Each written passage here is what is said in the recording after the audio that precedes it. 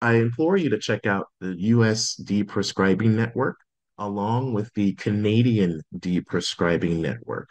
Now, deprescribing networks aren't new. They've been around all over the country. There are a couple in Europe. There's a form of this in Japan, Australia. So if you're really excited about, like I am, about deprescribing and how to put this into action, they have tons of awesome available resources. And they additionally have grant funding for, well, care facilities just like yourselves, where you can employ some of these methods in targeting one class, or it could be simply falls risk reduction or focusing on opioid deprescribing. But I want you guys to take a look at this awesome chart that the Canadian Deprescribing put out.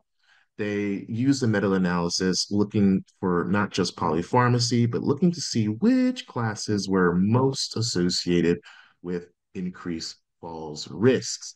Now, polypharmacy, just in general, again, the use of five or more prescriptions, that alone has almost a 75% increased risk of falling.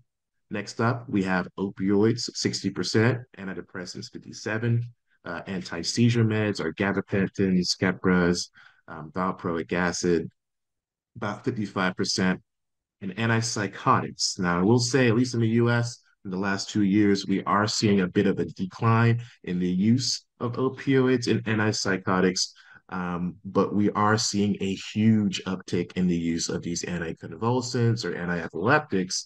And again, the evidence still isn't quite substantial. So we want to make sure that we aren't just swapping one problem for another.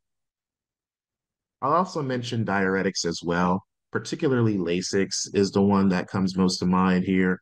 Um, yeah, just innately by what it does. Apart from lowering blood pressure, there's also, yeah, just electrolyte imbalances that we may see with that, which can also subsequently affect impairment. You can't, of course, forget benzos, right? Definitely sleep sedatives, hypnotics, all may have an associated risk at about 42%.